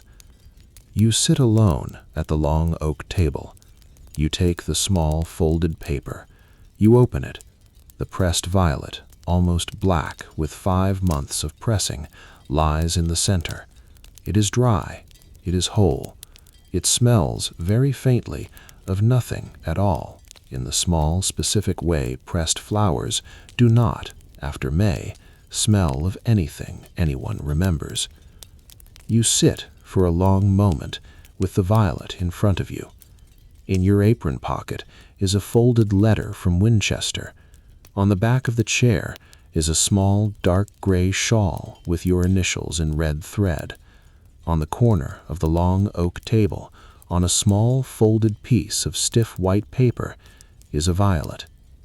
You had, in 3 years, told yourself at the long oak table at 10:15 that you belonged to no table. You had been, very quietly, wrong. You stand up. You take the violet, in its paper, to the writing slope on the chest of drawers. You open the right-hand drawer. You move the Maserati tin aside. You place the violet, in its paper, at the back of the drawer. You close the drawer. You go back to the long oak table. You take up the chalk. The wisteria taps the schoolroom window. The schoolroom clock, 3 minutes fast, makes the small sound that is not technically a chime. The children come back from luncheon at 1:15. The afternoon block begins. You teach Constance in turn the late Tudors, the rudiments of French composition, and Mendelssohn's Lied ohne Worte in E-flat on the upright piano with its half-flat E above middle C. Edward reads. Adelaide, at the small table by the fire, copies the alphabet onto her slate. The shawl is on the back of the chair. You will, this evening, in the small room without a fireplace, put it on. The candle, you find, will be good for perhaps another hour. Thursday morning, the 9th of October, 1879. 6:30. You wake before the kitchen maid comes up with the warm water jug, and before the gas in the kitchen passage has been lit. On the bedside chest, the Tennyson and the lavender sachet are still touching. You had not, in the night, moved them. You do not, on waking, move them now. You wash. You dress. On the small Windsor chair, where you had set it last night, is the dark gray shawl with the narrow black silk border and the red thread initials M.A. in the corner. You take it up. You put it on. The wool against the back of your neck is almost weightless. The silk against your wrist is cool. You go through in the shawl into the schoolroom. The schoolroom at 7:20 on a Thursday morning in October of 1879 is empty. The fire is the small, flat, gray heap you had banked the night before. The chalk on the board still reads in your own hand, Wednesday, the 8th of October, 1879. You go to the board. You wipe the Wednesday. You write Thursday, the 9th. You stand a moment at the window. The wisteria on the south wall of the east wing at this hour is not yet tapping. The wind has not yet come up. The leaves are still. You can see through the glass the slow gray rise of the field beyond the orchard wall, and a single rook crossing the field in the careful, unhurried way a rook in October crosses a field it is not, in any working sense, in a hurry to leave. You stand at the window in the dark gray shawl. The house, for perhaps 11 minutes more, is the house in the small gray thin pause before it begins. The schoolroom in those 11 minutes is a room. It is not a corridor. It is not a passage.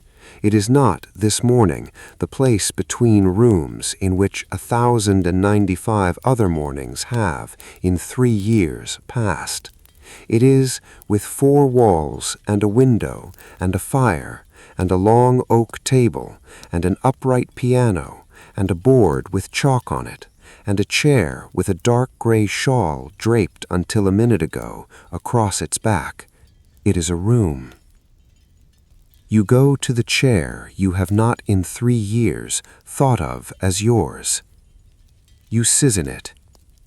You are at this hour, finally, allowed to be there. The seat is by now worn into the small, precise concavity that means a person has sat there daily in approximately the same posture for a long time. The right armrest is by now the small, darker patch that means a person has rested her hand on it daily in approximately the same place for a long time. The chair is, by every working measure of a country house schoolroom in 1879, yours. You sit. You do not light the candle on the long oak table. The light this morning is sufficient. Then, at 26 minutes past 7, the wind comes up. The wisteria on the south wall of the east wing taps the window, once, twice, in the small, thin, specific rhythm a wisteria taps a window in October. It is the rhythm you have, in 3 years, heard at this hour and at all other hours, from the schoolroom and from the small room without a fireplace, and from the back stair, and from the corner of the kitchen passage at the foot of the bell-board. This morning, you answer it.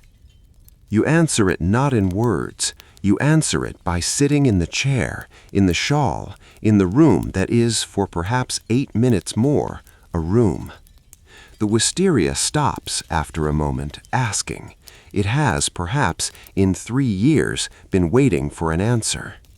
Above your head, 2 floors up, Mr. Pembury walks the 7 slow, patient paces from his bedroom door to the head of the family stair on his way down to breakfast. Each pace lands in the schoolroom ceiling as a small, flat thump. You count 7. He goes down. 2 floors below, the kitchen, for the count of 7, falls quiet, and then resumes its small, ordinary sounds.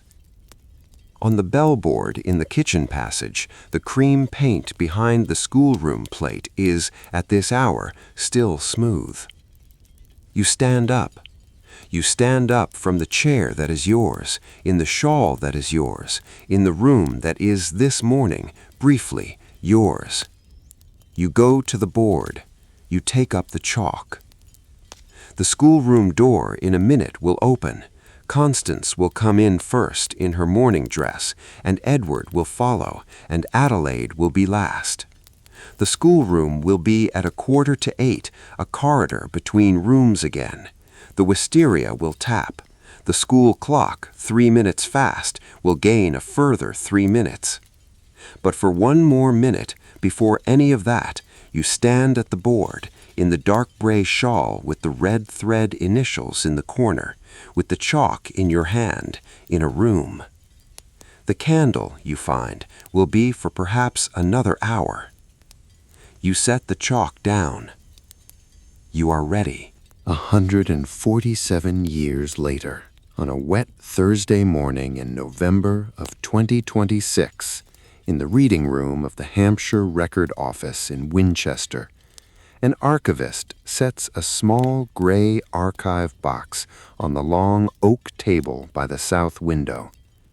The box is marked in a careful black hand on a small white label, Ainsworth, M. H.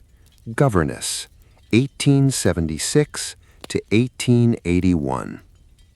The reader who has requested the box is a graduate student writing on Victorian domestic service. The reader is 23. The reader has, that morning, walked up from the cathedral close in the rain. Inside the box are three things: a green cloth-bound copy of Tennyson's In Memoriam, Moxon edition of 1872, a small folded square of dried lavender and rose petals in a scrap of black ribbon, almost without scent, and a small dark gray woolen shawl with a narrow border of black silk with the initials M.A. embroidered in red thread in the corner. The shawl is, according to the box's accession note, deposited in 1953 by the great-niece of Margaret Ainsworth, who recorded in the donor's handwriting that the shawl had been, by family tradition, always Miss Ainsworth's. The reader opens the Tennyson. Between pages 142 and 143 is a folded letter in a young woman's careful hand dated the 18th of September, 1875. The fold lines have, in 151 years, yellowed. The ink has not, in 151 years, faded. The reader reads it once. The reader reads it twice. The reader does not, in the reading room of the Hampshire Record Office on a wet Thursday morning in November of 2026, weep. The reader folds the letter once. The reader folds it twice. The reader puts it back between pages 142 and 143. The reader closes the Tennyson. Thornleigh House, in November of 2026, is a wedding venue. The bellboard is still on the wall of the kitchen passage at the foot of the back stair, behind a sheet of perspex that the venue's managers had installed in 2019. The cream paint behind the schoolroom plate is, in November of 2026, still smooth. The wisteria on the south wall of the east wing in November of 2026 is still there. It is November. The leaves are gone. The wind has that morning come up. The wisteria taps the window of what is now the venue's bridal suite in the small, thin, specific rhythm a wisteria taps a window in November, the rhythm it had tapped at 7:45 on the morning of the 9th of October, 1879, when a young woman in a dark gray shawl had, in a room briefly a room, answered it. That young woman, on a Tuesday night in October of 1879, had asked one thing: to be the person of whom another person wished to ask something. The Tennyson in the Hampshire Record Office on a Thursday morning in November of 2026 is on the long oak table by the south window. The folded letter is between pages 142 and 143. The shawl is on the back of the reading room chair, where the reader has, in the warmth of the room, draped it. That, this evening, is enough. Dim the lights, Turn off the fan. Sleep well, everyone, wherever you are, and whatever time it is there. From History for Sleepyheads, good night.